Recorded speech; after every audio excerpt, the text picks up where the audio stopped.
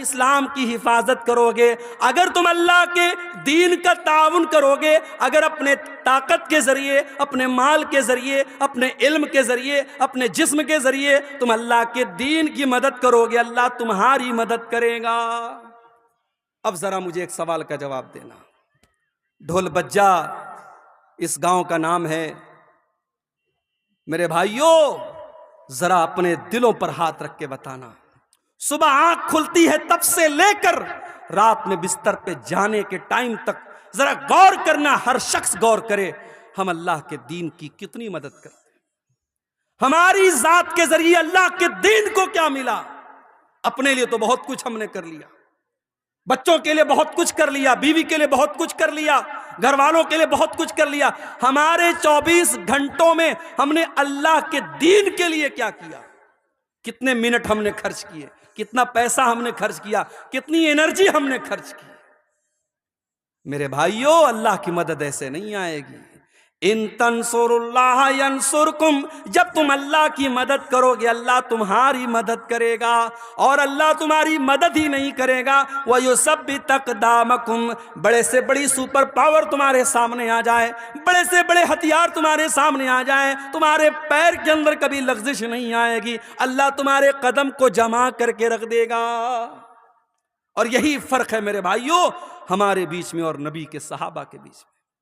نبی کے صحابہ اللہ کے دین کی مدد کے لیے ہر وقت تیار رہتے تھے۔ ذرا جنگ احد کا منظر دیکھو میرے بھائیوں۔ جنگ احد میں چند مسلمانوں کی غلطی سے جیتی ہوئی جنگ ہار گئے مسلمان، اور سارا پانسا پلٹ گیا، اللہ کے پیارے نبی زخمی ہو گئے۔ اصل میں بار بار یہ جو ہے نا مائک، اس کی وجہ سے دباؤ کی وجہ سے جھک جا رہا ہے، اس کا کیا علاج ہے؟ یا تو اس کو بار بار پکڑے رہیں۔ جنگ کا پاسا پلٹ گیا اور جیتی ہوئی جنگ مسلمان ہار گئے۔ بڑے غور سے سننا میرے بھائیوں، جنگ مسلمان ہار گئے، اللہ کے نبی زخمی ہوئے، آپ کا چہرہ لہو لہان ہو گیا، اور 70 صحابہ کرام بھی شہید ہو گئے۔ یہ سب کچھ کب ہوا؟ جنگ احد کے اندر، غزوہ احد کے اندر نبی موجود ہیں، اور اس دنیا کے سب سے بہترین لوگ یعنی مسلمان صحابہ کرام موجود ہیں، اس کے باوجود صحابہ کرام کے رہتے ہوئے اور نبی کے رہتے ہوئے یہ جنگ مسلمان ہار گئے۔ آج ہمیں اور آپ کو کیا لگتا ہے؟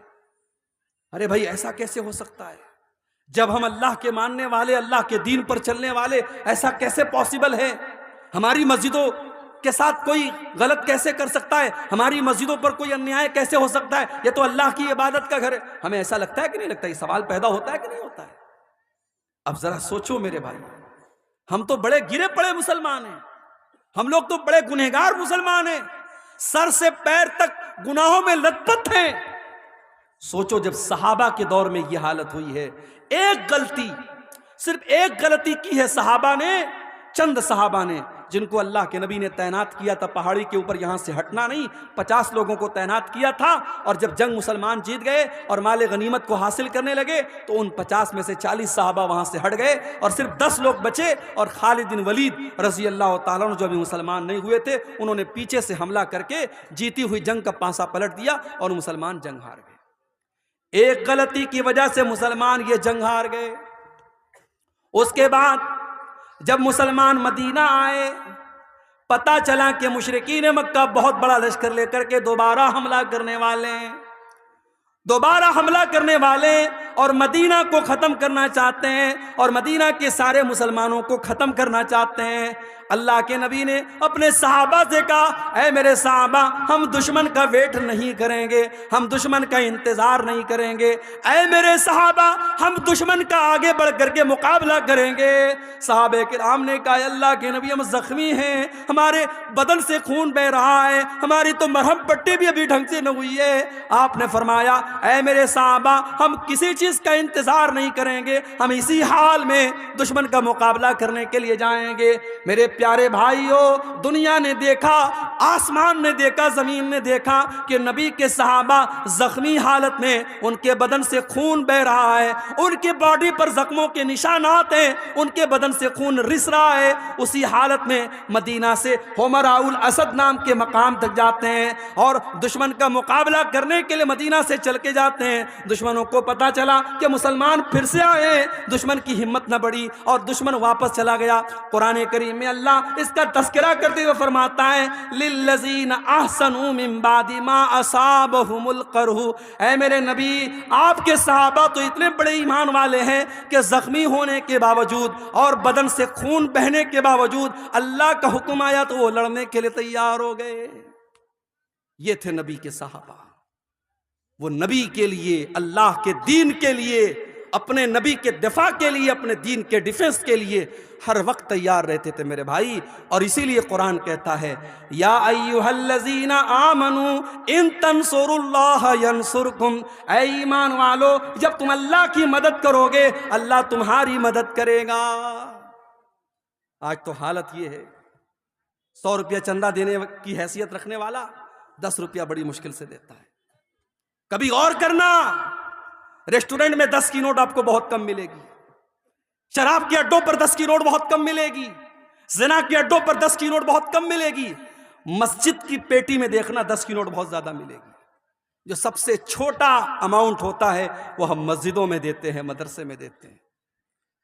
ہمارے یہاں سائنس پڑھانے والا ٹیچر آئے ہم 2000 روپیہ مہینہ دیں گے، میتھ پڑھانے والا ٹیچر آئے ہم 3000 روپیہ مہینہ دیں گے، ہندی اور انگلش پڑھانے والے کو 1000 روپیہ مہینہ دیں گے، اور بیچارے مولوی صاحب اور حافظ صاحب قرآن پڑھانے کے لیے آئیں گے تو ہم مول بھاؤ کریں گے، حافظ صاحب 500 روپیہ لے لیجیے۔ قرآن اور دین کے علم کی ویلو ہم نے گھٹا کے رکھی ہے میرے بھائی۔ انگلش میڈیم کے نام پر ہماری جیبوں سے 2-2 ہزار روپے فیس نکل جاتی ہے، اور مدرسے میں کہیں 100 روپے فیس لگ جائے تو ہم تانا مارتے ہیں صاحب مدرسے والے بھی 100 روپیہ فیس مانگنے لگے۔ دین کی ویلو کو ہم نے کم کر دیا میرے بھائی، دین کی اہمیت ہماری نظروں میں ہم نے حقیر کر دیا، اور آج حالات یہ ہیں دین کو ساری دنیا میں تماشا بنا کے رکھ دیا گیا۔ میرے پیارے ساتھیو، جنگ تبوک کا موقع یاد کرو، جنگ تبوک کا موقع یاد کرو۔ گرمی کا موسم ہے، مئی جون کا مہینہ ہے، کھجوروں کے پکنے کا ٹائم ہے۔ اللہ کے نبی اپنے صحابہ سے کہتے ہیں اے میرے صحابہ ہم کو تبوک کے لیے جانا ہے، ہم کو 700 کلومیٹر لمبا سفر کرنا ہے۔ اے میرے صحابہ میرے پاس ہتھیار نہیں ہے، میرے پاس سواری نہیں ہے۔ اے میرے صحابہ تم تعاون کرو، تم دان دو، تم چندہ دو۔ اے میرے صحابہ میں تمہیں جنت کی گارنٹی دیتا ہوں۔ صحابہ کرام نے اپنی اپنی حیثیت کے مطابق، اپنی اپنی طاقت کے مطابق بڑھ چڑھ کر کے تعاون کرنا شروع کیا۔ عثمان غنی نے بہت سارے اونٹ بھی دے دیے، بہت سارے گھوڑے بھی دے دیے، اور 1000 سونے کے سکے بھی دے دیے۔ بہت سارے صحابہ غریب تھے، مزدور تھے، مزدوری کیا کرتے تھے، کوئی 1 مٹھی کوئی 2 مٹھی گیہوں لا رہا ہے، جو لا رہا ہے۔ اے اللہ کے پیارے نبی میں یہ محنت کر کے مزدوری کر کے یہ لایا ہوں، اے اللہ کے نبی اس کو لے لیجیے۔ اللہ کے نبی سب کا چندہ لے لیتے تھے، سب کا دان لے لیتے تھے۔ اتنے میں حضرت عمر فاروق آئے۔ عمر فاروق، ان کے دل میں تمنا پیدا ہوئی، ہمیشہ نیکی کے معاملے میں ابو بکر کا نمبر سب سے آگے رہتا ہے، آج عمر کا نمبر آگے رہے گا، آج عمر آگے بڑھ کے دکھائے گا۔ عمر فاروق اپنے گھر آتے ہیں، اپنے سارے گھر کے مال کو اکٹھا کرتے ہیں اور سارے مال کو 2 حصوں میں ڈیوائیڈ کرتے ہیں، اور آدھے مال کو گھر چھوڑتے ہیں اور آدھے مال کو بورے میں پیکٹ میں پیک کرتے ہیں اور نبی اکرم کے پاس لا کے رکھ دیتے ہیں۔ اللہ کے نبی پوچھتے ہیں ماں ابقیت لأہلک، اے عمر گھر والوں کے لیے کچھ چھوڑ کے آئے ہو کہ نہیں آئے ہو؟ حضرت عمر کہتے ہیں اے اللہ کے نبی آپ فکر نہ کریں، ابقیت لہم النصف، میں آدھا لایا ہوں اور آدھا چھوڑ کے آیا ہوں، آدھا لایا ہوں آدھا چھوڑ کے لایا ہوں، آپ چنتا نہ کریں، آپ فکر نہ کریں۔ اب حضرت عمر انتظار کر رہے ہیں کہ اب دیکھیں ابو بکر کیا لاتے ہیں۔ حضرت ابو بکر بھی تھوڑی دیر میں آئے۔ انہوں نے بھی اپنے سامان کا جھولا لا کر کے رکھ دیا. نبی نے پوچھا ما ابقیت لأہلک، اے ابو بکر تم نے گھر والوں کے لیے کیا چھوڑا ہے؟ او لوگو، ابو بکر کی زبان پر کیا جواب آیا؟ ابو بکر کی زبان پر کیا جواب آیا؟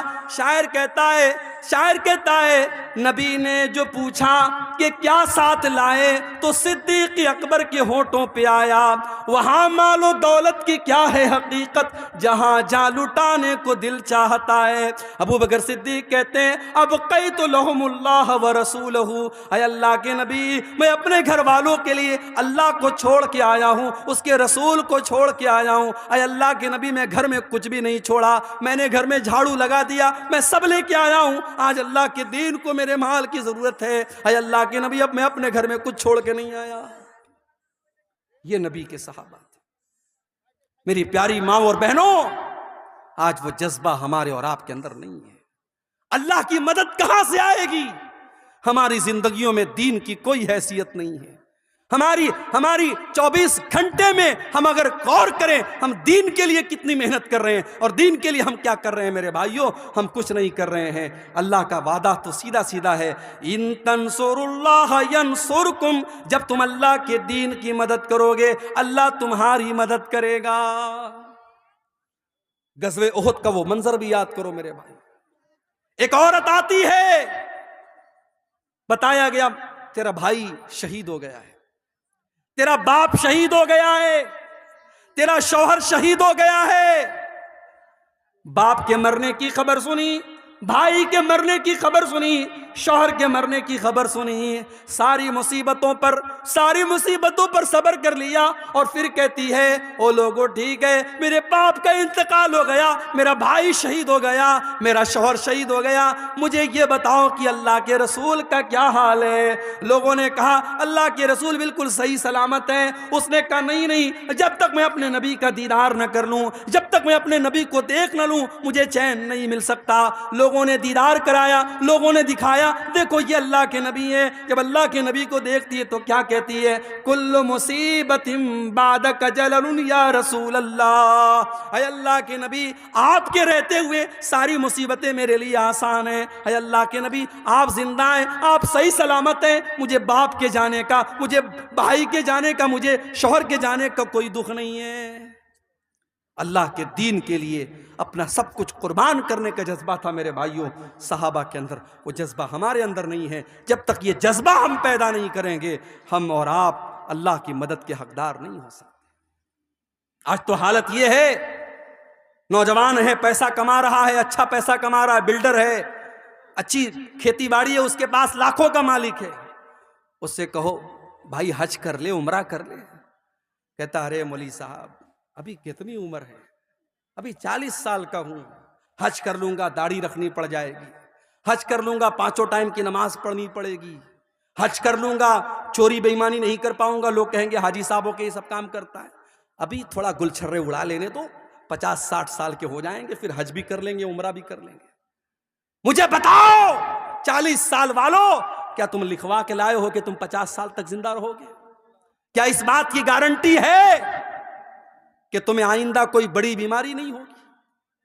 اتنی چھوٹی سی عمر میں نے اپنی آنکھوں سے دیکھا ہے میرے بھائیوں، اپنی آنکھوں سے دیکھا ہے کتنے نوجوانوں کو اپنی آنکھوں سے دیکھا ہے. کوئی ایکسیڈنٹ میں مارا گیا، کوئی گھر سے نکلا تھا سیر و تفریح کرنے کے لیے، میری وائف میری اہلیہ کے خالہ کا بیٹا تھا، حافظ قرآن تھا، بڑا نیک بچہ تھا، عالم بھی تھا، گھر سے نکلا تھا، بقرعید کا موقع تھا، عید الاضحیٰ کا موقع تھا، اور اگر میری یادداشت دھوکہ نہیں کھا رہی شاید 4تھا دن تھا. دوستوں کے ساتھ بنارس میں وہ تفریح کرنے کے لیے گھومنے کے لیے بائک سے نکلا، اور میری اہلیہ اپنے مائکے میں تھیں، اور ان کی جو خالہ تھیں جو اس لڑکے کی ماں تھی وہ بھی اپنی بہن کے گھر آئی تھیں. اور بقرعید کا تہوار آپ جانتے ہیں کھانے پینے کا تہوار ہے، طرح طرح کی ڈشز کھائی جا رہی ہیں. نوجوان لڑکا گھر سے نکلا ہے، تہوار کا ٹائم ہے، بقرعید کا موقع ہے، وہ گھر سے یہ سوچ کر کے نکلا ہے کہ چلو ہم خوشی منائیں گے، ہم تھوڑا دوستوں کے ساتھ سیر و تفریح کریں گے.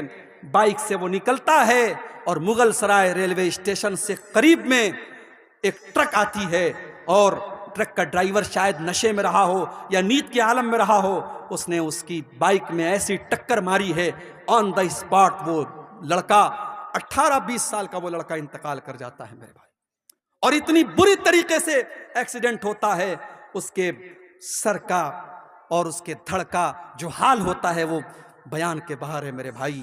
اور تہوار کا موقع ہے جب لاش گھر میں آتی ہے اور ماں باپ اس کی لاش کو دیکھتے ہیں میرے بھائی، ماں باپ کی آنکھوں سے آنسو نہیں تھمتے.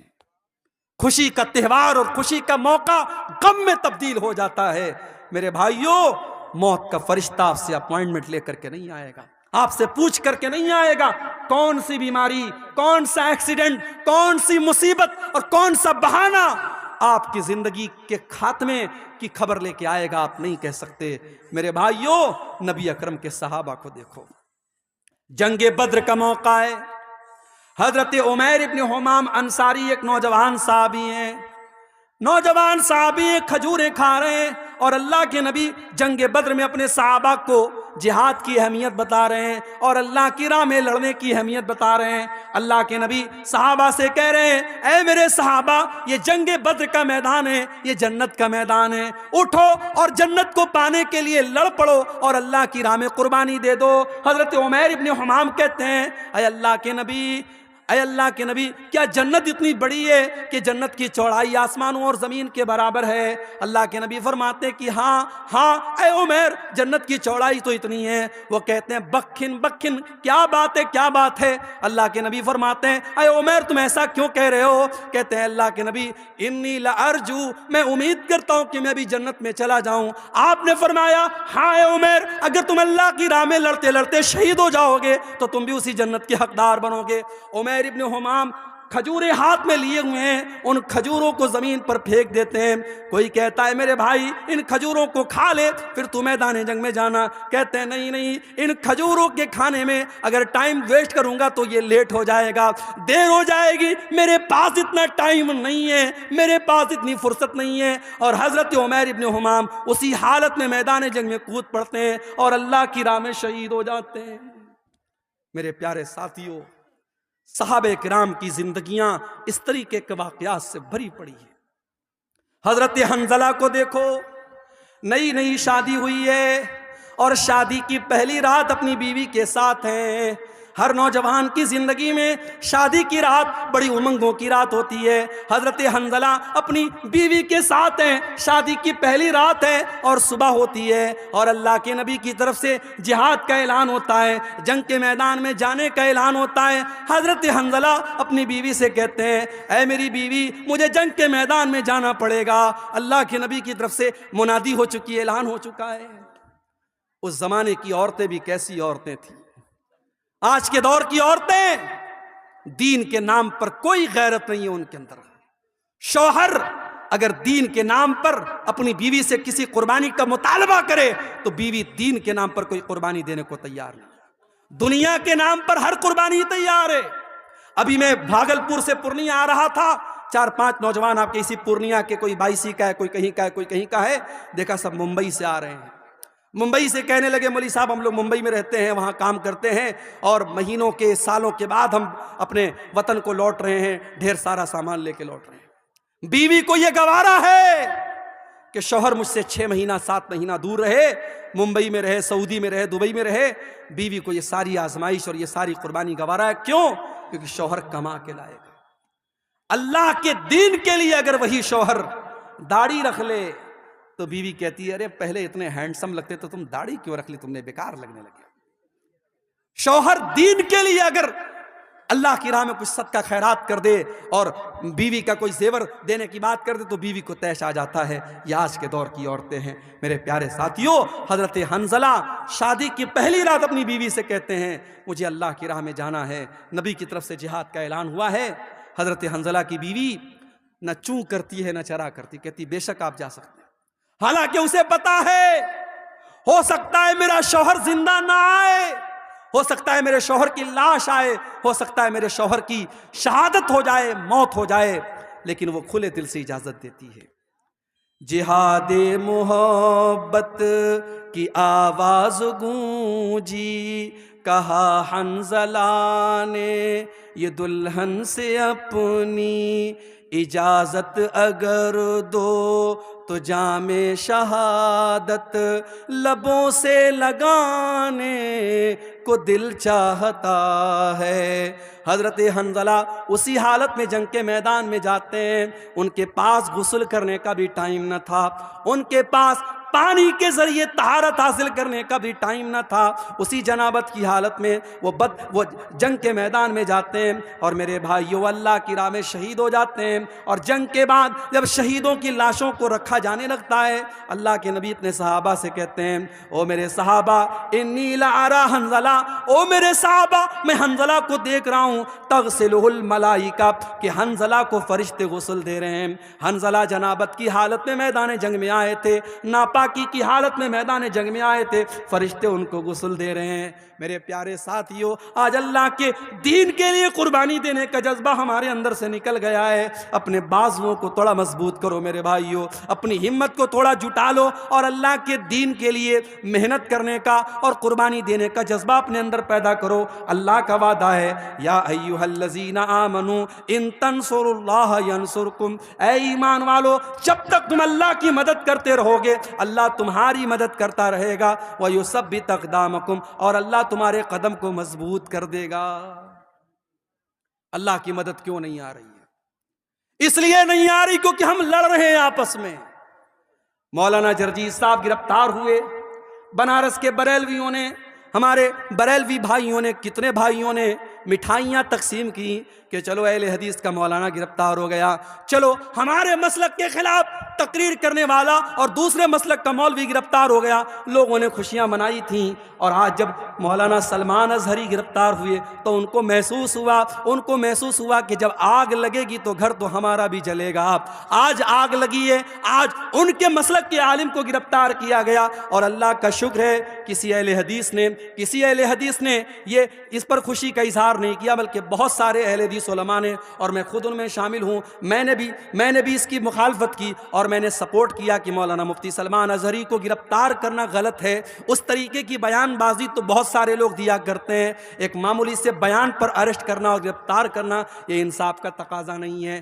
کب تک لڑتے رہو گے؟ کب تک آپس میں اس طریقے سے مسلک کے نام پر کھیل کھیلتے رہو گے؟ اگر آج اسلام کا کوئی دشمن آپ کے مسلمان کو پکڑ کر کے اس سے زبردستی کہتا ہے تم فلاں مذہب کا نعرہ لگاؤ اور فلاں معبود کا نعرہ لگاؤ، تو ہم اس کو دیکھ کر کے ہمیں غصہ آتا ہے۔ لیکن آپ جاؤ دیکھو فیس بک کے اوپر وہ ویڈیو بھی آپ دیکھو کہ ایک مسلمان کو بریلوی مسلک کے لوگوں نے پکڑا اور کہا کہ تو اعلیٰ حضرت کو مانتا ہے کہ نہیں مانتا ہے، تو بریلی شریف کو مانتا ہے کہ نہیں مانتا ہے، تو فلاں کو کافر مانتا ہے کہ نہیں مانتا ہے۔ یہ مسلک کی آگ اور یہ فرقے کی آگ اس قدر لگ چکی ہے کہ ایک مسلک کا مسلمان دوسرے مسلک کے مسلمان کو پکڑ کر کے، جیسے موب لنچنگ کی گئی مسلمانوں کی، ایسے ایک مسلک کا مسلمان دوسرے مسلک کی موب لنچنگ کرنے تک کے لیے تیار ہے، اور اس کو پکڑ کر کے دھمکا کر کے اس سے اپنے مسلک کے نعرے لگوا رہا ہے۔ کب تک ہم لڑتے رہیں گے میرے بھائی؟ آج پانی سر سے اونچا جا چکا ہے۔ جب ہمارا دشمن مسلک کی بنیاد پر اور فرقے کی بنیاد پر ہمارے درمیان کوئی تفریق نہیں کرتا تو ہم اور آپ اپنے آپ کو تفریق میں کیوں بانٹے ہوئے ہیں؟ آؤ سیسا پلائی ہوئی دیوار بن جاؤ۔ اور میں بڑی خوشی کے ساتھ کہتا ہوں میں پکا سلفی المسلک الحمدللہ ہوں، اور بنارس کے جامعہ سلفیہ جو ہماری جماعت کا مرکزی ادارہ ہے وہاں سے میں نے تعلیم حاصل کی ہے۔ لیکن آج اللہ کا شکر ہے فیس بک پہ اوپر آپ دیکھ لیں، یوٹیوب کے اوپر آپ دیکھ لیں، بڑی تعداد میں ہمارے بریلوی بھائی، ہمارے دیوبندی بھائی بھی میری تقریروں کو سنتے ہیں۔ اور یہی شب معراج کا موقع تھا، جس کو عام طور سے لوگ شب معراج مانتے ہیں، حالانکہ ہمارا یہ عقیدہ نہیں ہے۔ ہم یہ تو مانتے ہیں کہ اللہ کے نبی کو معراج ہوئی، مگر معراج کون سی رات ہوئی، کون سے مہینے میں ہوئی، یہ کنفرمیشن ہمیں حدیثوں کی روشنی میں نہیں ملتا۔ لیکن عام طور سے لوگ 27 رجب کو شب معراج مانتے ہیں کہ اسی رات میں معراج ہوئی۔ بنارس سے 100 کلومیٹر دور ایک جگہ پڑتی ہے مچھلی شہر، وہاں پر بریلوی بھائی ہر سال پروگرام کراتے ہیں معراج النبی کے نام پر۔ آپ یوٹیوب پر جا کے دیکھ لیں، وہاں مجھے تقریر کا موقع دیا گیا۔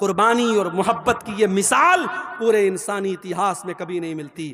میرے بھائیوں، ہم اور آپ اپنے گاؤں میں آرام سے سو رہے ہیں، ہم اپنے گھر میں بچوں کے ساتھ آرام سے سو رہے ہیں، وہاں فلسطین میں ڈیلی بمباری ہو رہی ہے اور چھوٹے چھوٹے بچے مارے جا رہے ہیں، اور یہ UN کی رپورٹ ہے، اقوام متحدہ کی رپورٹ ہے، اب تک لاکھوں بچے غازہ کے اندر مارے جا چکے ہیں، معصوم بچے مر رہے ہیں، اور ہمیں رات میں آرام سے نیند پر بستر پر نیند آ رہی ہے۔ نہیں میرے بھائی، مسلمان تو وہ ہوتا ہے چاہے فلسطین میں اس کا بھائی مر رہا ہو، چاہے دنیا کے کسی بھی کونے میں اس کا بھائی مر رہا ہو، اپنے بھائی کے مرنے پر اس کا دل دکھی ہو جائے، اس کے قوم کا کہیں بچہ مارا جائے، اس کو لگے میرا بچہ مر رہا ہے، کہ کہیں کسی عورت کی عزت لوٹے اسے لگے میری بہن کی عزت لوٹ رہی ہے، کہیں کسی کا گھر گرے اسے لگے میرا گھر گر رہا ہے۔ نبی اکرم صلی اللہ علیہ وسلم فرماتے ہیں کہ المؤمن للمؤمن کالبنیان یشد بعضہ بعضا، مسلمان تو مسلمان کے لیے ایک عمارت کی طرح ہونا چاہیے، ایک بلڈنگ کی طرح ہونا چاہیے۔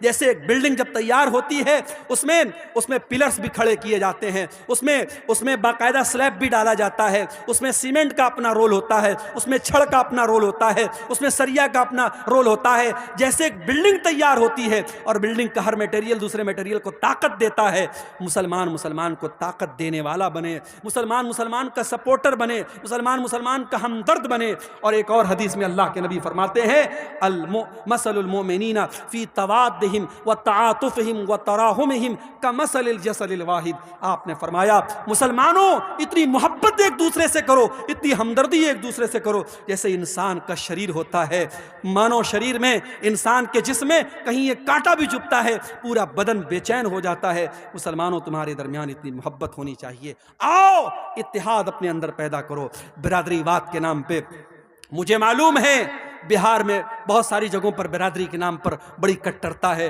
اسی دربھنگا کے علاقے میں ایک گاؤں میں لوگوں نے بتایا بھی اور نیوز میں بھی آیا کہ ایک گاؤں میں انصاریوں کا راستہ الگ ہے، شیخ کا راستہ الگ ہے۔ آپ کے علاقے میں سرجا پوری اور شیرسا آبادی کے درمیان بڑے اختلافات کی خلیج ہے۔ میرے بھائی، یہ وقت برادریوں کے نام پہ لڑنے کا نہیں ہے، یہ وقت فرقوں کے نام پہ لڑنے کا نہیں ہے، یہ وقت مسلک کے نام پہ لڑنے کا نہیں ہے۔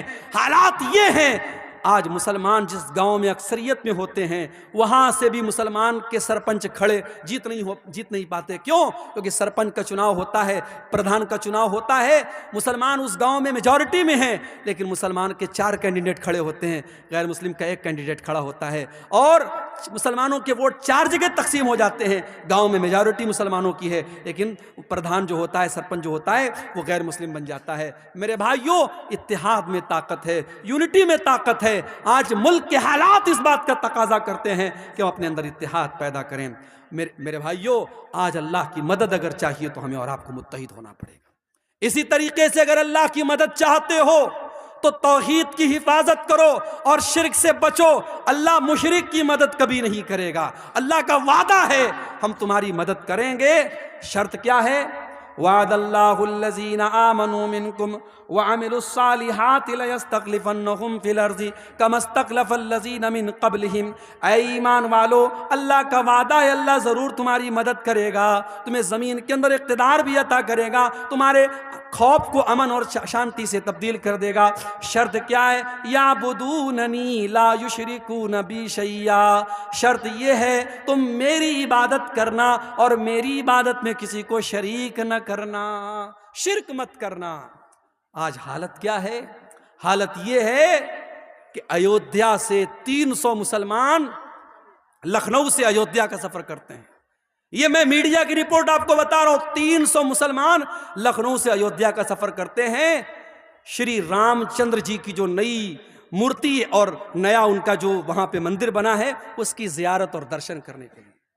معاف کرنا، ایک مسلمان ہونے کے ناطے ہم شری رام چندر جی کا احترام کرتے ہیں، ان کا سمان کرتے ہیں، مگر ہم ان کی عبادت کو جائز نہیں سمجھتے۔ کیوں؟ ہمارا عقیدہ ہے لا الہ الا اللہ، اللہ کے سوا کوئی عبادت کے لائق نہیں ہے۔ جو کسی کا بیٹا ہو، جو کسی کا باپ ہو، جو کسی کا بھائی ہو، جو کسی کا شوہر ہو، وہ رب نہیں ہو سکتا، وہ معبود نہیں ہو سکتا۔ ہمارا کرائٹیریا بڑا کلیئر ہے، قل هو اللہ احد اللہ الصمد لم یلد ولم یولد ولم یکن لہ کفوا احد۔ اللہ ایک ہے، اللہ بے نیاز ہے، اللہ کا کوئی بیٹا نہیں، اللہ کسی کا بیٹا نہیں، اور اللہ کو کسی کے مدد کی ضرورت نہیں ہے، اس کے برابر کوئی نہیں ہے۔ میرے بھائیوں، ہم شری رام چندر جی کی اور جو بھی اس بھارت دیش میں ہمارے مہاپروش آئے اور نیک لوگ آئے، ہم ان کا سمان کرتے ہیں، ان کی عزت کرتے ہیں، ان کا احترام کرتے ہیں، مگر ہم ان کی عبادت کو جائز نہیں مانتے۔ آج مسلمان کے عقیدے کا یہ حال ہے، 300 مسلمان جاتے ہیں اور ان کی زیارت کے لیے اور ان کے آگے سر جھکانے کے لیے جاتے ہیں، اور صاحب میڈیا میں ان کا بڑا مہیما منڈن ہوتا ہے کہ صاحب یہ ہیں دیش کے سچے مسلمان، یہ دیش بھکت مسلمان ہیں۔ معاف کرنا، دیش کا سنویدھان ہم سے یہ نہیں کہتا ہے کہ مسلمان تب اچھا ہندوستانی بنے گا جب وہ دوسرے مذہب کی تعریف کرے گا، بلکہ ہمارے دیش کی تو یہی خاصیت ہے، یا ہندو ہندو رہ کر، مسلمان مسلمان رہ کر، سکھ سکھ رہ کر، عیسائی عیسائی رہ کر، یہودی یہودی رہ کر، بودھ بودھ رہ کر، ہر مذہب والا اپنے مذہب پر رہ کر ہندوستانی ہے، اور ہندوستان کا سنویدھان اور آئین اسے اپنے مذہب پر عمل کرنے کی آزادی دیتا ہے۔ میرے بھائیوں، ہماری ہندوستانیت پر شک کرنے کا کسی کو کوئی ادھیکار نہیں ہے۔ اس ملک کی آزادی میں ہمارے علماء کا خون شامل ہے، ہمارے علماء کا خون شامل ہے، اور آپ کے اسی بہار کی سرزمین پر علماء صادق پور، پٹنہ کا ایک علاقہ اور ایک محلہ تھا صادق پور، انگریزوں نے بلڈوزر چلوا دیے، پورے محلوں کو ختم کروا دیا، اور جواہر لال نہرو نے کبھی کہا تھا کہ ملک میں کی آزادی میں تمام لوگوں کی قربانی ایک طرف ہے اور علماء صادق پور کی قربانی ایک طرف ہے۔ میرے پیارے ساتھیوں، ہمارے علماء کے خون بہے ہیں، ہمارے علماء نے پھانسی کے پھندے پر جھولے ہیں اور کالا پانی کی سزائیں انہوں نے جھیلی ہیں، تب جا کر یہ ملک آزاد ہوا ہے۔ اس ملک کو ہم نہ کبھی چھوڑے ہیں اور نہ چھوڑیں گے انشاءاللہ۔ یہ بات یاد رکھو میرے بھائیوں، اس ملک کا کوئی فیصلہ ہماری آواز کے بغیر ادھورا ہے، مگر ہمیں اپنے حالات پر بھی غور کرنا پڑے گا، ہمیں اپنے حالات پر بھی غور کرنا پڑے گا کہ آج ہمارا عقیدہ جو ہمارے دین کی سب سے مضبوط بنیاد ہے، آج عقیدے کا کیا حال ہے۔ آج ہم نیوز میں جب دیکھتے ہیں فلاں جگہ مسلمان لڑکی اسلام چھوڑ کر کے فلاں مذہب میں داخل ہو گئی، تو ہمارے سر تو شرم سے جھک جاتے ہیں، ہمیں شرم آتی ہے کہ پیار اور محبت میں اتنی طاقت ہے کیا؟ فیس بک اور انسٹاگرام پر کسی نے آئی لو یو بول دیا، محبت کے اقرار کر دیا، تو ہماری مسلمان بہن اس کے پیار میں اتنی بچ گئی کہ اسلام کو اس نے چھوڑ دیا۔ کیا ہماری تربیت تو اتنی کمی تھی میرے بھائی؟ نہیں میرے بھائی، کہیں نہ کہیں تو پانی مر رہا ہے، کہیں نہ کہیں تو کمی ہو رہی ہے، ورنہ ہمارے اتہاس، ہماری تاریخ میں تو ان عورتوں کا تذکرہ ہم نے پڑھا ہے۔ سمیہ بنت خیاط نام کی اس عورت کو دیکھو، اس کے شوہر کے سامنے اور اس کے جوان بیٹے کے سامنے جب ابو جہل نے کہا تھا کہ اے سمیہ تم محمد کا دین چھوڑ دے، تو اسلام چھوڑ دے ورنہ ہم تجھے ختم کر دیں گے، سمیہ نے کہا میں اسلام کو نہیں چھوڑ سکتی۔ ابو جہل نے کہا اے سمیہ ہم تیرے بدن کے کپڑے اتار کر کے تجھے ننگا کر ڈالیں گے، اے سمیہ ہم تجھے بے آبرو کر ڈالیں گے، برہنہ کر ڈالیں گے، ہم تجھے ننگا کر ڈالیں گے۔ سمیہ نے اپنے جوان بیٹے کے سامنے ننگا ہو جانے کی اذیت کو گوارا کر لیا، مگر اسلام کو نہیں چھوڑا۔ نتیجہ یہ نکلا، بڑی بے رحمی سے اور بڑے حیوانی طریقے سے ابو جہل نے حضرت سمیہ کو شہید کر ڈالا۔ اسلام کی راہ میں پہلی شہادت پانے والی خاتون حضرت سمیہ ہے۔ میری پیاری ماں بہنوں، آپ کی تاریخ تو ایسی عورتوں سے بھری پڑی ہے، مگر آج حالات یہ ہیں، مسلمان لڑکی اسکول میں جا رہی ہے، کالج میں جا رہی ہے، اسکول میں پڑھا رہی ہے، آنگن باڑی میں کام کر رہی ہے، غیر مسلموں کے ساتھ ٹچ میں ہے، اور وہاں کسی غیر مسلم نے پیار کا اظہار کیا، پیار کا اقرار کیا، اور یہ اس کے جال میں پھنس گئی، اور جال میں ہی نہیں پھنسی بلکہ اپنے اسلام کو، اپنے دین کو چھوڑنے کے لیے تیار ہو گئی۔ میرے بھائیوں، یہ حالات بڑے افسوسناک ہیں، اور اگر ہم نے اپنے بچوں اور بچیوں کی صحیح تربیت نہیں کی، ان کو اسلام کے بارے میں نہیں بتایا، یاد رکھو آنے والے 20 سالوں میں ارتداد کی بڑی لہر آنے والی ہے، بڑا سیلاب آنے والا ہے، کیونکہ بڑی گہری چالیں چلی جا چکی ہیں، بڑی مضبوط پلاننگ بنائی جا چکی ہیں۔ حالانکہ ہمارا ایمان اپنے رب پر ہے، واللہ خیر الماکرین، پلاننگ کرنے والے اپنی پلاننگ کرتے رہیں گے اور اللہ کی اپنی پلاننگ چلتی رہے گی۔ اور اکبر الہ آبادی نے کہا تھا اسلام کی فطرت میں، قدرت نے لچک دی ہے، اتنا ہی یہ ابھرے گا جتنا کہ دباؤ گے، نور خدا ہے کفر کی حرکت پہ خندزن، پھوکوں سے یہ چراغ بجھایا نہ جائے گا۔ کوئی مرتد ہوتا ہے، کوئی اسلام کو چھوڑ دیتا ہے، اللہ کی قسم اللہ کا کوئی نقصان نہیں کر سکتا، اسلام کا کوئی نقصان نہیں کر سکتا، نقصان تو اس کا اپنے آپ کا ہوتا ہے۔ اللہ قرآن میں کہتا ہے وَمَن یرتدد منکم فیمت وہو کافر فاولئک اصحاب النار، جو مرتد ہو کر کے مر جائے، جو اس حالت میں مر جائے کہ وہ ایمان کی حالت میں نہ مرے، کفر کی حالت میں مر جائے، تو وہ دنیا اور آخرت میں فاولئک حبطت اعمالهم فی الدنیا والآخرہ، دنیا میں بھی اس کے اعمال برباد اور آخرت میں بھی اس کے اعمال برباد ہو جائیں گے، واولئک اصحاب النار، اور وہ جہنم میں جانے والے ہیں۔ اپنے بچوں کے عقیدے کی فکر کرو میرے بھائیوں، آج روزی روٹی کی فکر کرتے ہو، آج ہمیں فکر ہے آنے والے وقت میں کیا ہوگا، ارے کیا ہوگا، زیادہ سے زیادہ یہ ہوگا مار دیے جائیں گے، ختم ہو جائیں گے، ہمیں یہ قبول ہے، مگر اپنے ایمان اور دین کو چھوڑنا یہ قبول نہیں ہے میرے بھائی۔ ہم مر جانا قبول کر لیں، ہم ختم ہو جانا قبول کر لیں، مگر ایمان اور توحید سے سمجھوتا کرنا قبول نہ کریں۔ یاد کرو اپنے باپ ابراہیم علیہ السلام کو، ابراہیم علیہ السلام جب اپنے لخت جگر اسماعیل کو اور اپنی بیوی ہاجرہ کو جب مکہ کی بیاب ہو گیا، سرزمین پہ چھوڑ کے جانے لگے، تو کیا دعا کی تھی انہوں نے؟ کہا تھا وَجُنُبْنِي وَبَنِيَّ أَن نَّعْبُدَ الْأَصْنَامَ، پروردگار میرے بیوی بچوں کو اے اللہ تو شرک سے بچانا، بت پرستی سے بچانا، اے اللہ میری اولاد کو تو شرک سے بچانا۔ جب ابراہیم علیہ السلام جیسے پیغمبر کو اپنے بچوں کی فکر ہے، اپنی اولاد کے عقیدے کی فکر ہے، ہماری اور آپ کی کیا اوقات ہے میرے بھائی؟ ہمیں اور آپ کو اپنے بچوں کی عقیدے کی فکر ہونی چاہیے۔ بچپن سے اپنے بچوں کو اسلام کا عقیدہ سکھاؤ، توحید کا عقیدہ سکھاؤ۔ اور اسی لیے میں کہتا ہوں اگر آپ کا بچہ اسکول میں پڑھتا ہے، کانوینٹ میں پڑھتا ہے، مجھے کوئی پرابلم نہیں ہے، مگر اپنے محلے کی اور گاؤں کی مسجدوں میں اتنا بہترین مکتب قائم کر دو اور اپنے گاؤں کے مدرسے کو اتنا مضبوط کر دو کہ آپ کا بچہ اسکول سے پڑھنے کے بعد اور کسی کانوینٹ سے پڑھنے کے بعد اگر 1 گھنٹہ بھی اس مدرسے کے مولوی صاحب سے پڑھ لے تو اس کا دین مضبوط ہو جائے۔ اتنا مضبوط اپنے مدرسے اور مکتب کو کر دو۔ میرے بھائیوں، آج توحید اور ایمان کی کمزوری کا دور ہے، اور اسی دور کی طرف اشارہ کرتے ہوئے اللہ کے نبی نے فرمایا تھا بادروا بالاعمال فتنا، اے لوگوں نیکی کرنے میں جلدی کرو اس سے پہلے کہ فتنوں کا دور آ جائے، اور اتنے فتنے آ جائیں گے یصبح الرجل مومنا ویمسی کافرا، صبح کو ایک انسان مومن ہوگا اور شام کو کافر ہو جائے گا، اور شام کو مومن ہوگا اور صبح کو کافر ہو جائے گا۔ ایمان کی ویلیڈیٹی 12 گھنٹے کی بھی نہیں ہوگی، ایمان اتنا کمزور ہو جائے گا۔ اللہ کے نبی نے فرمایا یبیع دینہ بعرض من الدنیا، ایمان کا سودا کیا جائے گا اور چند ٹکوں کے عوض ایمان بک جائے گا۔ میرے بھائیو، آج ایمان بک رہا ہے اور حالات اس کگار پہ پہنچ چکے ہیں، ہمیں اپنے توحید اور ایمان کی حفاظت کرنی پڑے گی۔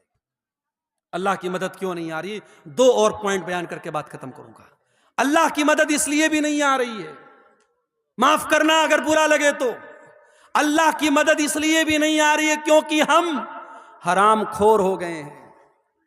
اسی بہار کی سرزمین سے میرے پاس فون آیا، سیمانچل سے فون آیا، شیخ صاحب اگر ہمارے علاقے میں تقریر کرنا تو ذرا اس پر بھی بولنا، بیاج خوری بڑھ رہی ہے مسلمانوں میں، بیاج کی رقم کھانے کا شوق بڑھ رہا ہے۔ کسی زمانے میں لوگ بیاج مجبوری میں دے دیتے تھے مگر لیتے نہیں تھے، مگر آج کتنے مسلمان ہیں جو پیسے والے ہیں، تجھے 1 لاکھ روپیہ چاہیے، چل دے دیتا ہوں، لیکن مجھے ریٹرن میں 1,05,000 دینا، 1,10,000 دینا۔ بیاج کھلم کھلا کھا رہا ہے مسلمان۔ اس مسلمان سے کہو تو اپنی ماں کے ساتھ زنا کرے گا کیا؟ دونوں کان پکڑ لے گا، کیسی بات کر رہے ہو؟ ماں کے ساتھ زنا کرنے کی بات کوئی سوچ بھی نہیں سکتا۔ ارے اپنی ماں کے ساتھ زنا کرنے سے بڑا گناہ ہے سود کھانا، کیونکہ ماں کے ساتھ زنا کرنے والے کے بارے میں اللہ نے یہ نہیں کہا کہ جو اپنی ماں کے ساتھ زنا کرتا ہے وہ اللہ سے جنگ کرتا ہے، رسول سے جنگ کرتا ہے، مگر بیاج خور کے بارے میں اللہ قرآن میں کہتا ہے فَإِن لَمْ تَفْعَلُوا فَأْذَنُوا بِحَرْبٍ مِّنَ اللَّهِ وَرَسُولِهِ، اے بیاج کھانے والے اگر تو نے بیاج کھانا نہیں چھوڑا تو آ جا اللہ سے جنگ کر لے، رسول سے جنگ کر لے۔ ہے کسی میں طاقت؟ ہے کسی کی اوقات؟ ہے کسی کی حیثیت کہ وہ اللہ سے جنگ کرے، وہ رسول سے جنگ کرے؟ میرے بھائیوں، بیاج خوری بڑھ رہی ہے، اور دوسری چیز میرے نوجوانوں، جوئے کی لت بڑھ رہی ہے۔ آج کل نئی نئی کمپنیاں آ رہی ہیں کرپٹو کے نام سے، فلاں کمپنی میں پیسہ لگا دو، فلاں کمپنی میں پیسہ لگا دو۔ مجھے لوگوں نے بتایا حافظ صاحب بھی لگا رہے ہیں، امام صاحب بھی لگا رہے ہیں، مولوی صاحب بھی لگا رہے ہیں، اور کہتے ہیں مولوی صاحب کی جائز ہے۔ کیسے جائز ہے بھائی؟ کہتے ہیں بزنس ہو رہا ہے۔ کیا بزنس ہو رہا ہے بھائی؟ یہ تو نہیں پتا، لیکن بزنس ہو رہا ہے۔ کوئی بزنس نہیں ہو رہا ہے۔ یہ جتنی کمپنیاں آئی ہیں میٹا فلا فلا فلا اور کرپٹو فلا اور فلا فلا، یہ سب فراڈ ہے، دھوکہ ہے. لکھ لو میری بات، آج 2024 میں کہہ رہا ہوں، 2025 تک کئی کمپنیاں بھاگ چکی ہوں گی. سب فراڈ ہیں، سب اس کی ٹوپی اس کے سر، اس کی ٹوپی اس کے سر. شروع میں جو لوگ جڑیں گے ان کی کمائی ہوگی، بعد میں جو لوگ جڑیں گے ان کی کمائی لے کے بھاگ جائے گی. کوئی بزنس نہیں ہو رہا ہے. اور ایک بات سن لو، اگر کسی بزنس میں پیسہ لگاتے بھی ہو تو اتنا سمپل نہیں ہے. لوگ اکثر یہ سوال کرتے ہیں، شیخ صاحب شیئر مارکیٹ میں پیسہ لگانا کیسا ہے؟ لگا سکتے ہو مگر کچھ شرط ہے. اب مثال کے طور پر ٹاٹا ہے، ٹاٹا بہت بڑی کمپنی ہے. ٹاٹا جو ہے گاڑی بھی بنا رہی ہے، ٹاٹا فون بھی بنا رہی ہے، ٹاٹا کی اپنی ٹیلی کام کمپنی بھی ہے، ٹاٹا کی اپنی جو ہے آئی ٹی کمپنی بھی ہے. ٹاٹا بہت بڑی کمپنی ہے. اب ٹاٹا کے کس کمپنی میں آپ شیئر لگا رہے ہیں؟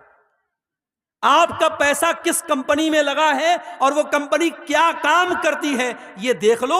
آپ شیئر مارکیٹ میں پیسہ لگا سکتے اگر وہ جائز کام کر رہی ہے تو. آپ کسی بھی کمپنی میں پیسہ لگا دیے، وہ کہہ رہا ہے بھائی 1 لاکھ روپیہ آپ ہماری کمپنی میں لگا دو، ہم ہر مہینہ آپ کو 10,000 روپیہ دیں گے. لوگ کو لگتا ہے یار بڑا آسان طریقہ ہے. ابھی کچھ دنوں پہلے حیدرآباد اور ممبئی میں ایک بہت بڑی کمپنی، میں نام نہیں لوں گا، آپ لوگ سنے ہوں گے، جانتے ہوں گے، اس میں مسلمان نام دیکھ کر اور علماء کا نام دیکھ کر لوگوں نے پیسہ لگایا، کروڑوں لوگوں کا پیسہ ڈوب گیا. کتنے بمبئی کے ہمارے جاننے والے علماء کا پیسہ ڈوب گیا. کتنے لوگوں نے اپنے فلیٹ بیچ دیے، گھر بار بیچ دیا کہ جب بیٹھے بٹھائے 50,000 روپیہ مل رہا ہے تو گھر مکان کو رکھنے کی کیا ضرورت، سب بیچ دیا اور کروڑوں روپیہ ان کا ڈوب گیا. میرے پیارے ساتھیوں، اس طریقے کے دھوکے بازوں سے ہوشیار رہو. آپ اپنے پیسے کو حلال جگہ لگاؤ، جائز جگہ لگاؤ، اللہ کا نام لے کے لگاؤ. بزنس ہے، کبھی پروفٹ ہوگا کبھی لاس ہوگا، لیکن اگر آپ کی نیت صحیح ہوگی اللہ ضرور برکت دے گا. اور صحابہ میں ہمیں کروڑ پتی صحابہ بھی ملتے ہیں. یاد رکھو، پوری امانت داری کے ساتھ اور پوری بصیرت کے ساتھ کہہ رہا ہوں، پیسہ کماؤ. ہمیں علماء کی بھی ضرورت ہے، ہمیں پیسے والوں کی بھی ضرورت ہے. یہ پیسے والے نہ ہو مدرسے نہیں چل سکتے.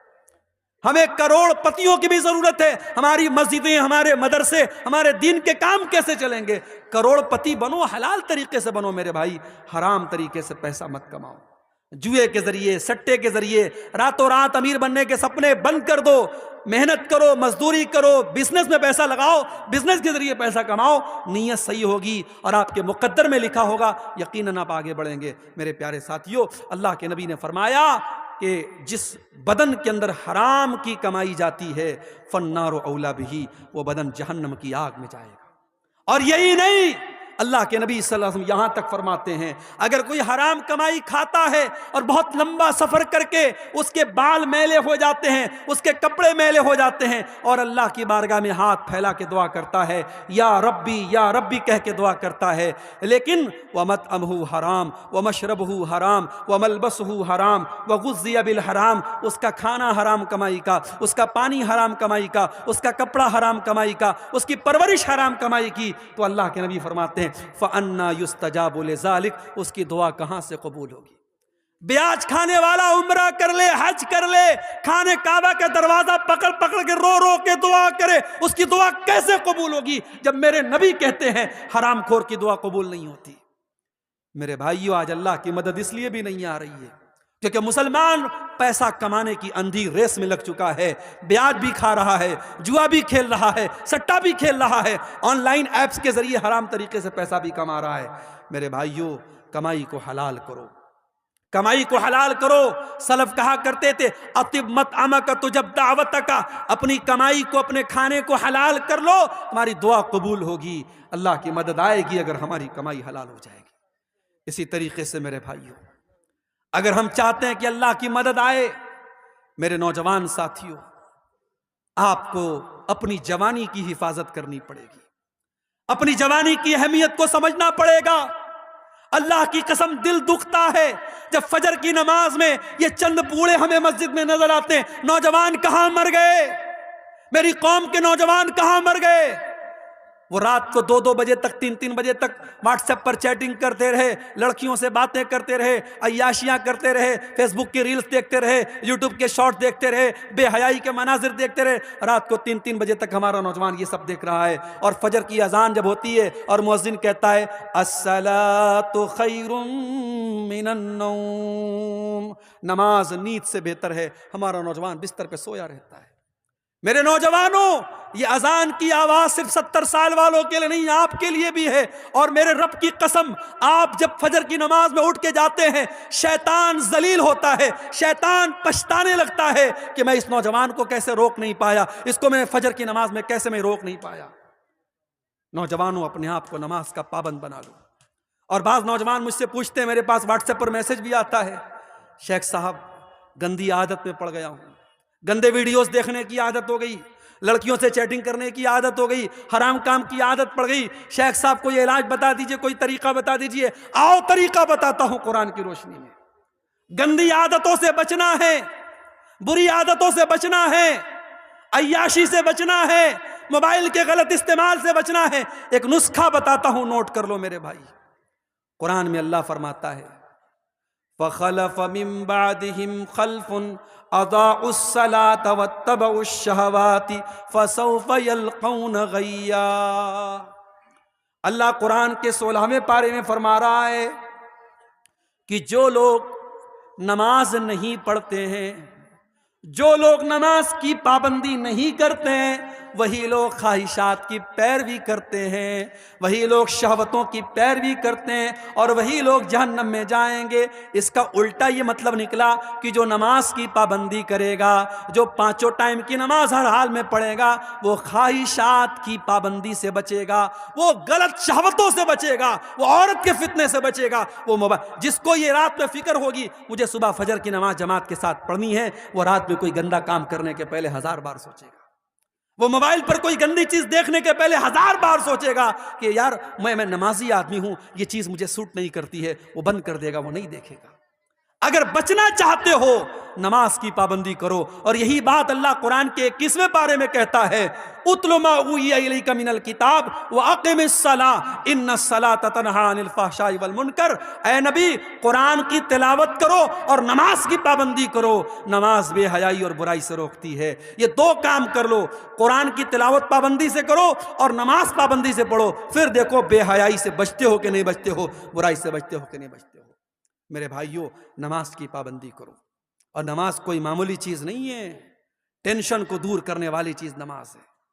میں مانتا ہوں اس وقت حالات بڑے بے چین کر دینے والے ہیں، میڈیا میں آنے والی خبریں، یو پی کی خبروں سے بہار والے پریشان، بہار کی خبروں سے یو پی والے پریشان، تمل ناڈو کی خبروں سے نارتھ انڈیا کا مسلمان پریشان۔ یہ میڈیا آج ہم کو پریشان کر رہا ہے، ڈسٹرب کر رہا ہے۔ آج اس ماحول میں نماز ہماری بہت بڑی ضرورت بھی ہے میرے بھائی۔ نماز پڑھو اور قنوت نازلہ کا اہتمام کرو۔ میرے نبی دشمنوں پر بد دعا کرنے کے لیے قنوت نازلہ پڑھتے تھے، آج قنوت نازلہ پڑھو اور نماز کی پابندی کرو۔ اللہ قرآن میں کہتا ہے وَاسْتَعِینُوا بِالصَّبْرِ وَالصَّلَاةِ، صبر اور نماز کے ذریعے اللہ کی مدد طلب کرو۔ میرے بھائی، میرے نبی جب ٹینشن میں ہوتے تھے، پریشانی میں ہوتے تھے، حضرت حذیفہ رضی اللہ تعالیٰ عنہ کہتے ہیں اللہ کے نبی نماز کے لیے کھڑے ہو جاتے تھے۔ آج ہمیں نماز کی اہمیت پر بھی توجہ دینے کی ضرورت ہے میرے بھائی۔ اور آخری چیز، ہماری مائیں بہنیں اس امت کی بڑی قیمتی متاع ہیں۔ اس امت کی مائیں بہنیں، اس امت کی عورتیں، اس امت کی بہت قیمتی دولت ہیں۔ کیوں؟ کیونکہ یہ کسی کی ماں بنتی ہیں، کسی کی بیوی بنتی ہیں، کسی کی بیٹی ہوتی ہیں، کسی کی بہن ہوتی ہیں۔ ایک عورت کے کئی روپ ہوتے ہیں، اور اسلام نے عورت کے ہر روپ کی بڑی عزت کی ہے۔ اسلام میں عورت کو پوجا تو نہیں گیا، عورت کی عبادت تو نہیں کی گئی۔ اسلام میں عبادت صرف اللہ کی ہے، مگر عورت اگر ماں ہے تو اسلام نے کہا اس کی عزت کرو، اس کے قدموں کے نیچے تمہاری جنت ہے۔ عورت اگر بیوی ہے، قرآن کہتا ہے وَمِنْ آيَاتِهِ أَنْ خَلَقَ لَكُم مِّنْ أَنفُسِكُمْ أَزْوَاجًا لِتَسْكُنُوا إِلَيْهَا۔ بیوی تمہیں سکون پہنچاتی ہے، تمہارے گھر کو شانتی دیتی ہے، تمہارے بچوں کو پالتی ہے، تمہارے دل کو سکون پہنچاتی ہے۔ یہی بیوی بیٹی، یہی عورت بیٹی ہے تو اللہ کے نبی فرماتے ہیں من ابتلی من هذه البنات شیئن کن لہ سترا من النار، جس کو اللہ بیٹی دے کر کے آزماتا ہے اور اس امتحان میں وہ کھرا اترتا ہے، بیٹی اپنے ماں باپ کو جہنم کی آگ سے بچاتی ہے۔ یہی عورت جب بہن بنتی ہے، اللہ کے نبی فرماتے ہیں جس کی 3 بہنیں ہوں اور ان بہنوں کی صحیح دیکھ بھال کرے، صحیح پرورش کرے، ان کا صحیح جگہ شادی کر دے، کن لہ سترا من النار، وہ بیٹیاں اپنے بھائیوں، وہ بہنیں اپنے بھائیوں کے لیے نجات کا ذریعہ بن جاتی ہیں۔ میرے بھائیوں، عورت کا ہر روپ اسلام کی نظر میں بڑا قیمتی ہے، مگر آج ہماری ماں بہنوں کو بھی سوچنا پڑے گا کہ آج وہ کہاں کھڑی ہے۔ آج جب ہم اللہ کی قسم انسٹاگرام پر اور فیس بک پر اور واٹس ایپ پر جب کسی مسلمان عورت کو بے حیائی میں کے کام میں دیکھتے ہیں تو ہمیں ڈبل تکلیف ہوتی ہے۔ بے حیائی کا کام کوئی بھی عورت کرے یہ تکلیف کی بات ہے، مگر مسلمان عورت کرے تو یہ ڈبل تکلیف کی بات ہے، کہ ہماری قوم کی لڑکی، ہماری قوم کی بہن ہے۔ ابھی بھاگلپور میں اترا، ایک غیر مسلم، دیکھنے میں بظاہر ایک غیر مسلم لڑکا تھا، دیکھا اس کے ساتھ ایک عورت بالکل چپک کر کے بیٹھی ہے، باتیں کر رہی ہے۔ کچھ دیر کے بعد موبائل پر فون آیا میرے سامنے، اس نے سامنے والے سے بات کر کے السلام علیکم کہا۔ کپڑے سے نہیں لگا مسلمان ہے، اس کے چہرے پر جو اسکارف بنا ہوا تھا اس سے نہیں لگا مسلمان ہے، لیکن جب فون پر اس نے السلام علیکم کہا مجھے پتہ لگ گیا مسلمان ہے۔ مجھے بڑی تکلیف ہوئی کہ یہ مسلمان لڑکی کسی غیر مسلم لڑکے کے ساتھ اس طریقے سے آٹو پہ ٹوٹو پہ بیٹھ کے کیا کر رہی ہے۔ یہ حالات آج ہماری قوم کے ہیں۔ میری ماں اور بہنوں، آج آپ کو اپنی ذمہ داری کو سمجھنا پڑے گا۔ آج آپ کو بے حیائی اور بے غیرتی کے اس طوفان کا مقابلہ کرنا ہے، اس کا شکار نہیں بننا ہے۔ عورت بڑی قیمتی چیز بھی ہے اور شیطان کا بہت بڑا ہتھیار بھی ہے۔ اللہ کے نبی فرماتے ہیں الدنیا کلھا متاع وخیر متاع الدنیا المرأۃ الصالحہ، دنیا کی سب سے قیمتی دولت نیک عورت ہے۔ اور اللہ کے نبی یہ بھی فرماتے ہیں المرأۃ عورۃ، عورت پردے میں رہنے کی چیز ہے۔ فَإِذَا خَرَجَتْ، جب یہ عورت گھر سے نکلتی ہے، استشرفہا الشیطان، تو شیطان کا شکار بن جاتی ہے، شیطان کا آلہ بن جاتی ہے۔ اس لیے میری ماں اور بہنوں، آپ دو دھاری کھنجر ہیں، آپ کے ذریعے اچھا کام بھی ہو سکتا ہے اور آپ کے ذریعے سماج کو بگاڑا بھی جا سکتا ہے۔ اب یہ آپ طے کر رہے ہیں آپ کو کیا کرنا ہے۔ اور مردوں سے میں گزارش کروں گا کہ آپ کے گھر کی عورتیں کیا پہن رہی ہیں، کس حالت میں نکل رہی ہیں، یہ دیکھنا آپ کی ذمہ داری۔ آپ دیوس نہ بنے، آپ بے غیرت نہ بنے۔ جس بھائی کی بہن بے پردہ نکلے، جس باپ کی بیٹی بے پردہ نکلے، جس شوہر کی بیوی بے پردہ نکلے، وہ دیوس ہے، وہ بے غیرت ہے۔ اور میرے نبی نے فرمایا 3 لوگ قیامت کے دن ایسے ہوں گے اللہ تعالیٰ ان کی طرف دیکھے گا بھی نہیں۔ ان 3 لوگوں میں ایک وہ انسان بھی ہوگا الدیوس الذی یقر فی اہلہ الخبث، وہ بے غیرت آدمی جس کے گھر میں بے غیرتی کا کام ہو رہا ہو اور اس کو کوئی فرق نہ پڑ رہا ہو۔ میرے بھائیوں، بے غیرتی اللہ کو پسند نہیں، اللہ غیرت والا ہے، اللہ کو بے غیرت لوگ پسند نہیں ہیں۔ اس لیے اپنے گھروں میں غیرت کا ماحول پیدا کرو۔ اپنے گھر میں یہ بتاؤ، فرق بتاؤ اپنی جوان بیٹیوں کو، یہ خالہ کا لڑکا ہے، یہ ماموں کا لڑکا ہے، یہ چاچا کا لڑکا ہے، یہ غیر محرم ہے، کسی کو الاؤ مت کرو۔ واٹس ایپ پر کسی کا سلام آیا، اپنی بہنوں سے کہنا چاہتا ہوں خبردار کسی اجنبی کو لفٹ مت کراؤ۔ وہ پہلے بھائی بن کر کے بات کرے گا، پھر دوست بن جائے گا، پھر بوائے فرینڈ بن جائے گا، پھر ملنے کی بات کرے گا، پھر تمہاری خوبصورتی کی تعریف کرے گا۔ وہ کس طریقے سے پٹی پڑائے گا تم نہیں سمجھ سکتی۔ اس لیے خبردار، ہوشیار، یہ فیس بک، یہ واٹس ایپ، یہ چیٹنگ کے جتنے راستے ہیں یہ زناکاری اور بدکاری کی طرف لے کے جاتے ہیں۔ مسلمان لڑکی اگر موبائل استعمال کرتی ہے بہت ہوشیار رہے، کسی کو اپنے پرسنل ان باکس میں آنے کی اجازت نہیں۔ کوئی نئے نمبر سے کوئی بھی اجنبی آپ کو میسج کرنے کی کوشش کرے، ترنت بلاک کا آپشن کرو، بلاک کر دو اس کو۔ میرے بھائیوں، آخر میں یہ کہنا چاہوں گا، ملک کے حالات جو بھی ہیں جیسے بھی ہیں، مگر ہم آزاد نہیں ہیں۔ ہمارے بڑے موجود ہیں، ہمارے علماء موجود ہیں۔ ہم اپنے علماء کی، اپنے بڑوں کی رہنمائی کے بغیر کوئی قدم نہیں اٹھائیں گے، کوئی ایسا کام نہیں کریں گے جس سے ہمارے ملک کا کوئی نقصان ہو، ہماری کمیونٹی کا کوئی نقصان ہو، ہمارے سماج کا کوئی نقصان ہو۔ دنیا میں جو لوگ اور فتنہ فساد کی باتیں کر رہے وہ کرتے رہیں، میں تو کسی ایسے بیان کے بھی پچھ میں نہیں ہوں جو بیان 2 کمیونٹی کے بیچ میں فساد پھیلانے کی کوشش کرے۔ ہم امن اور شانتی کے پرتیک ہیں اور رہیں گے، لیکن ہاں ہم بزدل بھی نہ بنے، ہم کمزور بھی نہ بنے. اگر واقعی میں کوئی ہم پر ظلم کر رہا ہے تو ظلم کو سہن نہیں کرنا چاہیے، ظلم کو برداشت نہیں کرنا چاہیے، ظلم کا مقابلہ کرنا چاہیے. اور اگر اپنی جان اور اپنی عزت اور اپنی آبرو کی حفاظت کرنے میں کوئی مر بھی جائے تو میرے نبی نے فرمایا من قتل دون عرضہ و مالہ فہو شہید. اپنے مال کی حفاظت کرنے میں، اپنی آبرو کو بچانے کے لیے کوئی مر جائے، کوئی قتل ہو جائے تو وہ اللہ کی راہ میں شہید ہوتا ہے. میرے بھائیوں، اپنی عزت کی بات آ جائے تو ٹیپو سلطان کا وہ جملہ یاد رکھنا کہ شیر کی ایک دن کی زندگی گیدڑ کی 100 سال کی زندگی سے بہتر ہوتی ہے. آخر میں یہ یوٹیوبر حضرات سے میں کہنا چاہوں گا کہ چونکہ ملک کا ماحول بہت سینسیٹیو ہے، ملک کا ماحول بہت سینسیٹیو ہے، اور میں یوٹیوبر سے یہ کہنا چاہوں گا، اس لیے کہ 50 سینکڑوں یوٹیوبرز یہاں موجود ہیں، کون کس چینل کا والا ہے میں نہیں جانتا. میری بہت ساری تقریروں پر یوٹیوبرز نے گندے تھمبنیل لگائے ہیں، الٹے سیدھے تھمبنیل لگائے ہیں، ایسے تھمبنیل لگائے ہیں جو قانون کی نظر میں غلط ہیں. جو تقریر میں نے جو بات نہیں کہی ہے وہ تھمبنیل لگا کے آپ لوگ لگاتے ہیں. آج کی تقریر میں ایسا کچھ نظر نہیں آنا چاہیے. میں نے آپ کو وضاحت کر دی ہے، آج کی تقریر میں ایسا کچھ اگر نظر آیا تو میں آپ کے خلاف ایکشن لوں گا. ابھی ہمارے بھائی نے ایک بات کہی کہ شراب کے اوپر بھی تھوڑا سا بول دیجئے. آپ جانتے ہیں بہار میں حکومت کی طرف سے شراب بند ہے، گجرات میں بہت پہلے سے شراب بند ہے. مگر یہ عجیب مسئلہ ہے، جہاں شراب بند ہے ڈاٹا بتاتا ہے گجرات میں شراب ایک زمانے سے بند ہے، لیکن سب سے زیادہ شراب گجرات میں پی جاتی ہے. بہار میں شراب بند ہے مگر شرابیوں نے بتایا، شرابیوں سے پوچھو تو بتائیں گے کہ شراب پہلے سے زیادہ اویلیبل ہو جاتی ہے شراب پینے والوں کو. تو دیکھو قانون کے ڈنڈے سے شراب نہیں رک رہی ہے، قانون کے ڈنڈے سے شراب نہیں رک رہی. کس سے روکے گی؟ ایمان کی طاقت سے روکے گی. قرآن کی آیت اتری کس ماحول میں؟ جس ماحول میں شراب پانی کی طرح لوگ پیتے تھے، ہر دسترخوان پہ شراب رہتی تھی. اور اسی لیے شراب اکٹھے حرام نہیں ہوئی، شراب 3 اسٹیپ میں حرام ہوئی. پہلے اللہ نے سورہ بقرہ کی آیت نازل کی، یسألونک عن الخمر والمیسر قل فیہما اسم کبیر ومنافع للناس واسمہما اکبر من نفعہما. اے نبی، لوگ آپ سے شراب کے بارے میں پوچھتے ہیں، جوا کے بارے میں پوچھتے ہیں. اے نبی آپ بتا دیجئے کہ شراب اور جوا میں کچھ فائدہ ہے لیکن زیادہ نقصان ہے. اس کا نقصان زیادہ ہے، فائدہ کم ہے. اب یہ شراب میں کیا فائدہ تھا؟ شراب پینے والے کہا کرتے تھے اس کو پی کر کے ہمارے اندر طاقت آ جاتی ہے. جوا کھیلنے والے کہتے تھے جوا کھیل کر کے ہم راتوں رات امیر بن جاتے ہیں. تو اللہ نے کہا چلو فائدہ ہے لیکن نقصان زیادہ ہے. شراب پی کے تم بہت غلط کام کرتے ہو، جوا کھیل کے بہت غلط کام کرتے ہو. یہ پہلی آیت اتری. دوسری آیت اتری سورہ نساء کے اندر، اللہ نے فرمایا لا تقربوا الصلاۃ وانتم سکارا.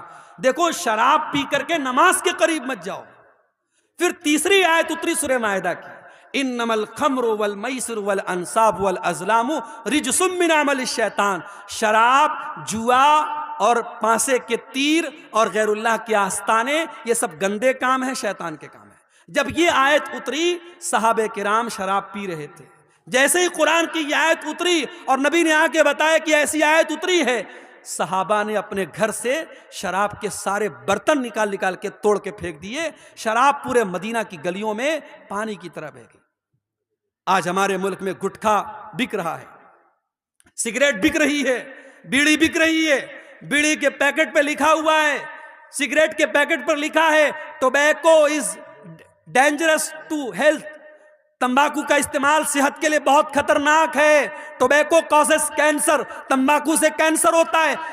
حکومت چھپوا بھی رہی ہے، اس پر پھیپڑے کی خطرناک تصویر بھی بنی ہے، کینسر کی تصویر بھی بنی ہے، اور وہی حکومت لائسنس دے رہی ہے اور بیڑی بھی بک رہی ہے، گٹکھا بھی بک رہا ہے، سگریٹ بھی بک رہی ہے.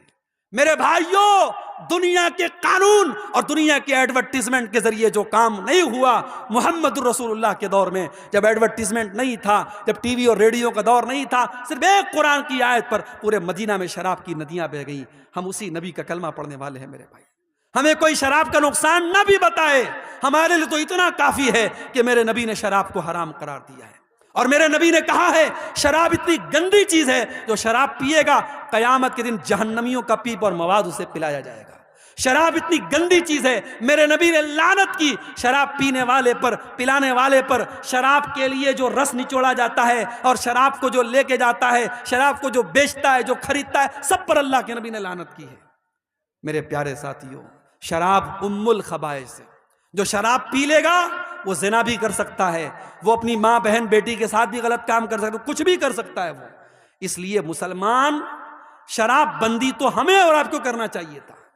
مجھے یاد ہے ہریانہ کے گاؤں میں مسلمانوں نے یہ فیصلہ کیا تھا کہ ہمارے یہاں شادی میں 1 پیسہ جہیز کا نہیں لیا جائے گا، اور لڑکی کی شادی سمپل طریقے سے ہوگی، کوئی بارات نہیں آئے گی، اور کوئی بارات لے کے جائے گا، کوئی جہیز لے گا تو پورا گاؤں اس کا بہشکار کرے گا.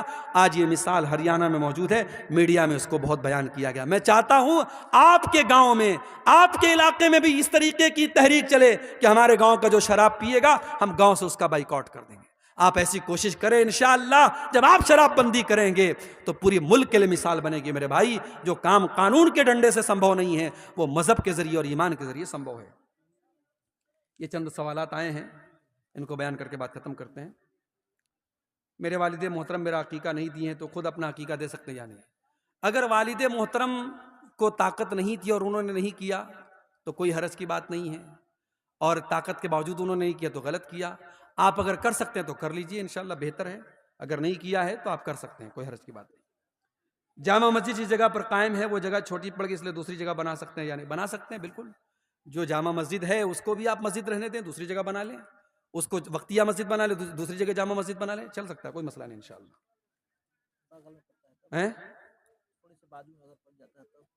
تب بھی کر سکتے ہیں، اگر اس سے قریب میں متصل میں جگہ نہیں مل پا رہی ہے تو کر سکتے ہیں. اچھا، اس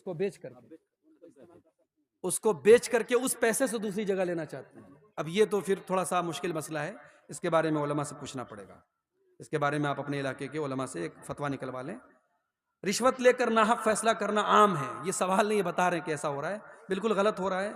اور مجھے کئی جگہوں کے بارے میں پتہ لگا کہ جو سردار لوگ ہوتے ہیں، جو پنچ لوگ ہوتے ہیں، پیسہ لے کر کے کسی ایک پچ کا وہ پشپات کرتے ہیں. تو یہ دیکھیے، کسی کے بارے میں غلط فیصلہ کرنا یہ تو آلریڈی بہت بڑا گناہ ہے، لیکن جس کو پنچ بنایا گیا ہے اس کو تو ایک طریقے سے قاضی بنایا گیا، جج بنایا گیا، اور جج جب غلط فیصلہ کرے گا تو یہ بہت بڑا گناہ کا کام ہے. اس کو اللہ تعالیٰ کے یہاں ڈبل سزا ملے گی، اس کو حساب دینا پڑے گا. تو اس لیے جو انسان پنچ ہے، جو فیصلہ کرنے کا جس کو اختیار دیا گیا ہے، وہ ہمیشہ اپنی چھوی کو اتنا پاک صاف رکھے، کوئی رشوت نہیں چلے گی اس کے یہاں. جو حق ہے، جو صحیح ہے، اس کا وہ ساتھ دے، اس کو ایسا کرنا چاہیے. کس نماز میں دعائے ثنا پڑھنا ہوگا اور کس نماز میں نہیں؟ ہر نماز میں دعائے ثنا پڑھنا ہوگا. دعائے ثنا پڑھنا ضروری تو نہیں ہے، فرض تو نہیں ہے، لیکن سنت ہے، مستحب ہے. اب دعائے ثنا آپ بہتر یہ ہے کہ وہ پڑھیں جو صحیح بخاری اور مسلم وغیرہ میں آئی ہے. اللہم باعد بینی و بین خطایا، یہ پڑھیں. اور وہ بھی آپ پڑھ سکتے ہیں سبحانک اللہم و بحمدک و تبارک اسمک و تعالی جدک ولا الہ غیرک. لیکن یہ پہلی والی جو میں نے پڑھی وہ زیادہ بہتر اور زیادہ مستحب ہے. جنازے کی نماز میں علامہ البانی رحمہ اللہ کی تحقیق یہ ہے کہ دعائے ثنا کا ثبوت نہیں ملتا ہے. تو جنازے کی نماز میں آپ اعوذ باللہ بسم اللہ پڑھ کے ڈائریکٹ سورہ فاتحہ پڑھیں گے، اور سورہ فاتحہ کے بعد آپ کوئی اور سورت ملا لیں گے. بہتر ہے کہ آپ ملا لیں. نہیں ملاتے ہیں، صرف سورہ فاتحہ پڑھ لیتے تو بھی کوئی حرج کی بات نہیں. پہلی تکبیر کے بعد آپ اعوذ باللہ بسم اللہ پڑھ کے سورہ فاتحہ پڑھیں گے اور کوئی سورت ملا لیں گے. پھر دوسری تکبیر کے بعد درود شریف پڑھیں گے، تیسری تکبیر کے بعد دعا پڑھیں گے، اور چوتھی تکبیر کے بعد آپ سلام پھیر دیں گے. ٹھیک ہے؟ اللہ تعالی ہم سب کو کہنے سننے سے زیادہ عمل کرنے کی توفیق عطا فرمائے. وآخر دعوانا الحمدللہ رب العالمین.